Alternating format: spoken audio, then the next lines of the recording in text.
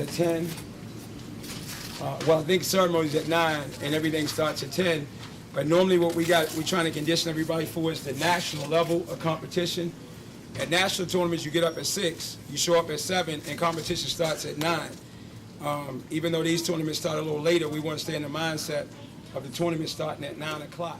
What we guys do here at this competition, you've been doing a great job in class, but what you do in this competition determines, when we do the next team tryout, what positions you will be on when we go to that next day and give it your best.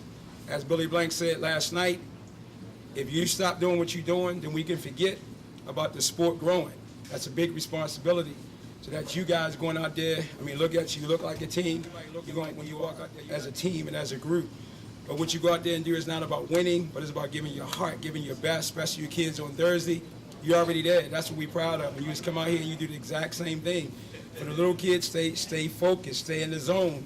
Because you got to remember, one thing after you guys were sitting over there, and I thought it was a little disrespectful, Mr. Billy Blanks, who's one of the greatest point fighters on the planet, was sitting right over there in the restaurant last night, and who are also the creator of Tabo, and some of you guys walked right by him and did not even say, whoa, oh my God. I was in chills because I was in the room with him. And for some of you senior black belts, you got to let them know this is it. If it wasn't for him, I know parents know him for Tabo, but if it wasn't for him, you wouldn't even be doing martial arts like you're doing right now. It's because of him and some of the people you're going to see this weekend, like Miss Cynthia Rothrock, Frank Dukes, and those people. And you want to go, when you walk by someone like that, you should be showing respect and honor. And that's the one thing he said. You guys have always been respectful. Because remember, it's called Team Stronger Than Drugs, but it's not about an individual. It's about a movement and what the team stand for, and that's what they remember. Where Mr. Jeff at? Right here, sir. Not you, the other, the beautiful thing about it is that when we had our first team, I remember Mr. Jeff saying that your team is one of the best teams because you make everybody on your team great. And I don't know if you remember that statement, but he said that to me on the side when he was a part of one of the national karate teams.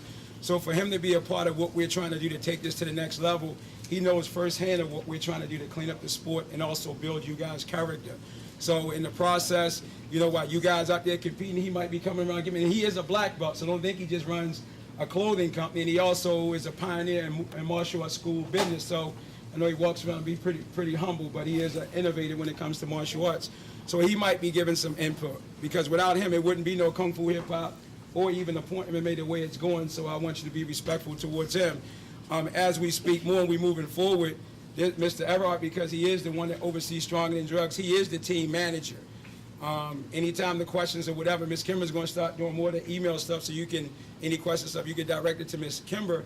And when we do team trials, the person is going to be, so I like controversy. I need people that I can talk to and can come in and do what I say do, and I don't care if they get upset or whatever, they'll go to the side, run their head into the wall, say, all right, let's go. And that's what he'll do. That's what he was just doing upstairs, run his head into the wall. So what we want to do is, once again, take you out there, have a great time. Don't worry about being nervous. Just go out there, give it your best.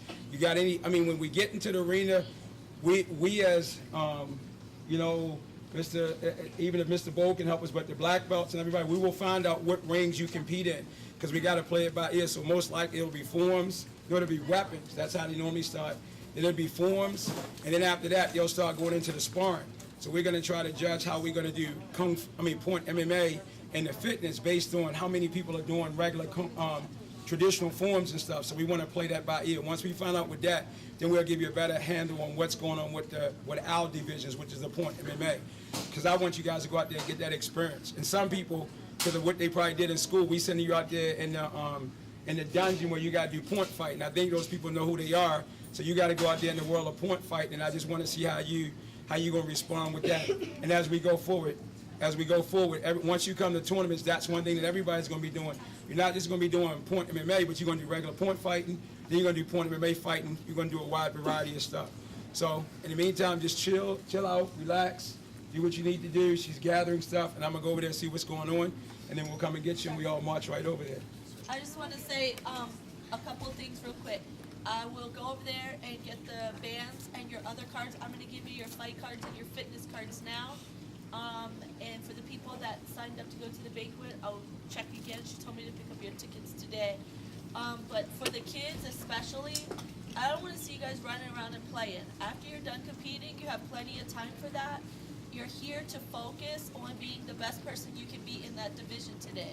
Whether you win, lose, or draw, I don't care. But I want expertise, I want focus, determination, and I just want you guys to show the best person you can be. And then when you're not competing, you should be cheering for your teammates.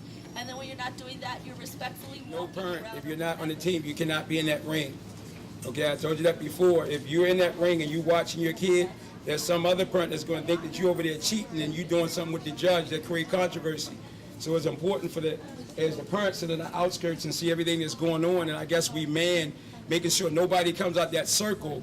Nobody should go past that competition arena, and then you deal with that and stopping them. But the black belts and all the other coaches, it's your job to make sure that they're in the right ring. It's your job to make sure, don't nobody, if something goes on, don't you say one thing. All you do is say, ho, time out, let me go get Professor Bam or Miss Kimber, and then I'll come back and I'll deal with the situation, and we'll make it peaceful so we can keep on having a great time.